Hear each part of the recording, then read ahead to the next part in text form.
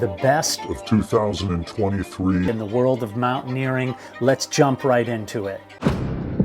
It wouldn't be Everest Mystery if we didn't start with Mount Everest itself.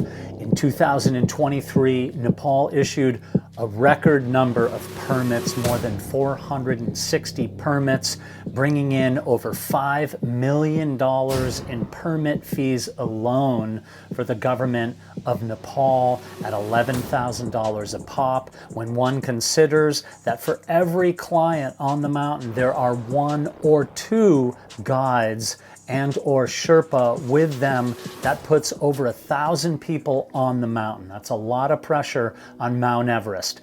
On another downside, in 2023 on Mount Everest, there were 17 deaths. That's far too many for the mountain.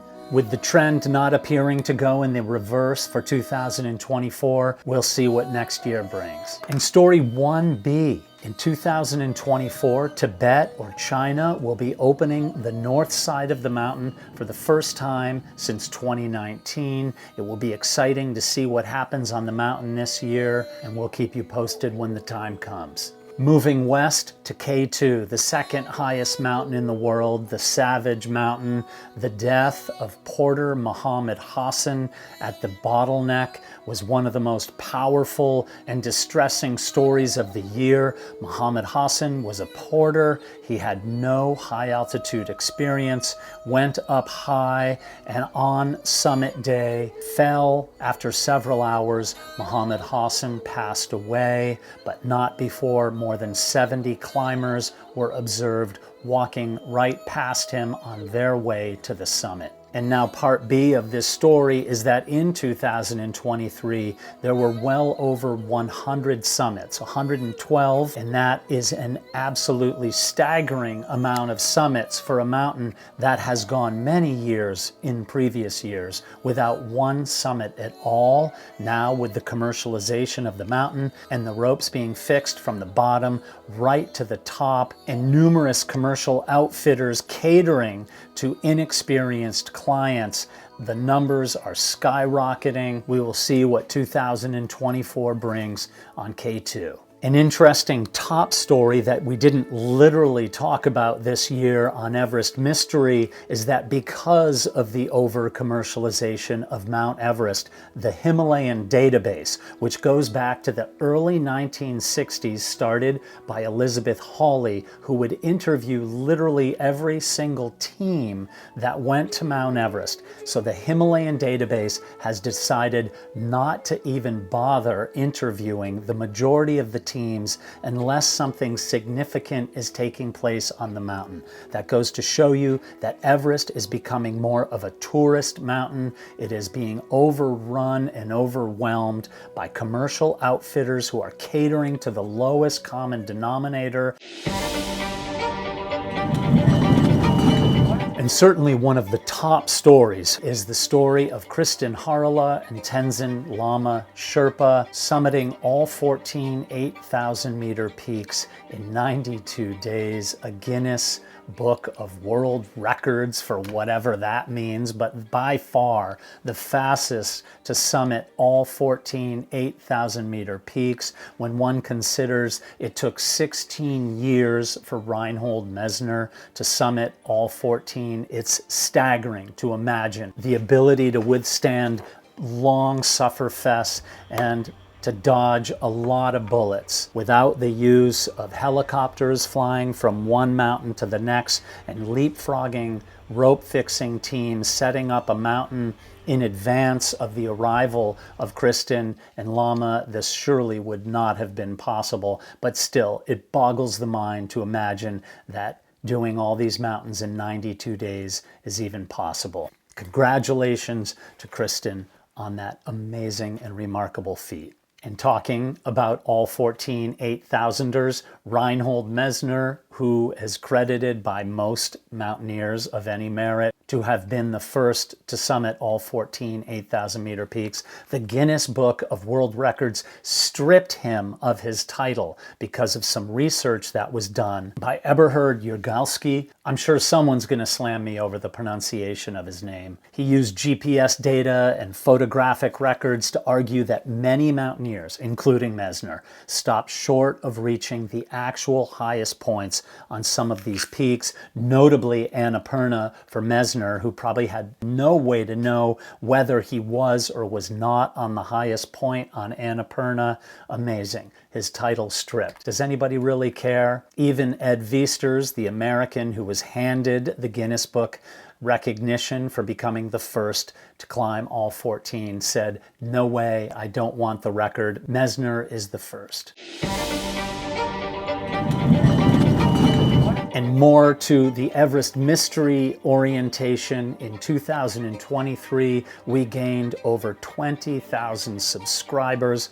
Absolutely fantastic. We are just about to hit 30,000. If you're not a subscriber right now, all I ask is that you smash that subscribe button. Let's see if we can get it to 60,000 by this time next year.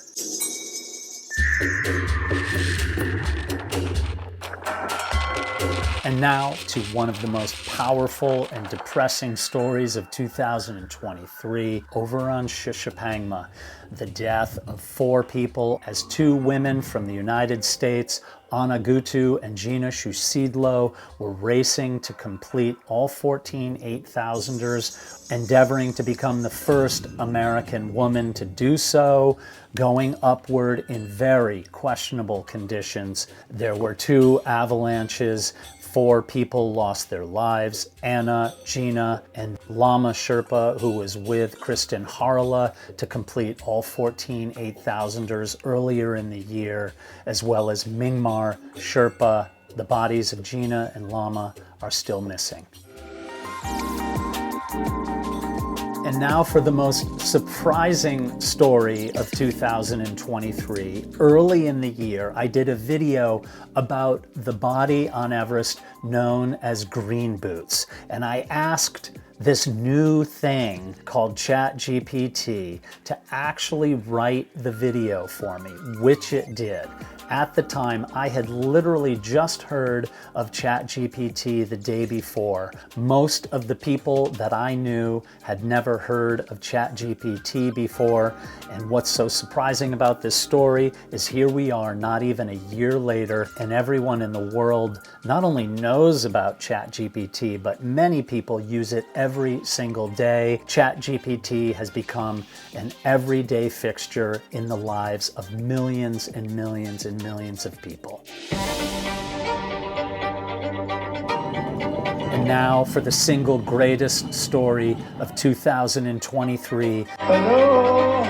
The miraculous rescue of Anurag Malou on Annapurna by Polish climbers Adam Bialeski and Mariusz Hatala. 3 days and 3 nights in a crevasse. Certainly nobody expected that Anurag would still be alive. If you've followed this channel for any time at all, you'll know that this story was a big one. I interviewed Adam Bialeski about the rescue, about what it was like to lower down in the crevasse, to actually see that Anurag was still breathing when he fully expected this was going to be a body recovery. Well, I was sure he's dead, and then I thought he moved. and then I freaked out a little bit. I stand up.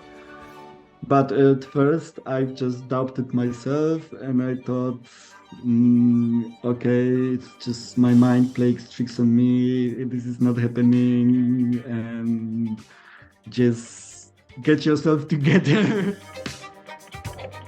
And when I interviewed Anurag 7 months after the rescue, only days after he was released from the hospital, he shared with me footage that he filmed from within the crevasse. And the most chilling few seconds of video I think I've ever seen was what Anurag shared with me when he first learned that nobody was coming for him.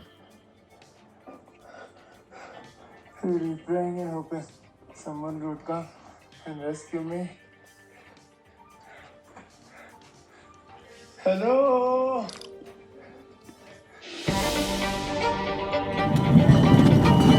We will certainly have Anurag back in 2024, and I've been in contact with Mariusz Hatala himself, who says he'd love to do an interview with Everest Mystery. That will be coming up in 2024. Overriding themes, the over-commercialization of the 8,000 meter peaks, and what we'll be looking out for is some action to stop the accumulation of garbage and human waste on Everest and the mountains of the world. And lastly, 2024 will be the 100th anniversary of the disappearance of George Mallory and Sandy Irvine on Mount Everest. I have many stories for you coming up, some surprises. I look forward to bringing that to you, and hopefully we can reveal more about the greatest mystery in the world of mountaineering, and that is why I named this channel Everest Mystery. We will see more of it then. In the meantime, I hope you have a wonderful new year. Thank you for being a part of this channel. I appreciate you.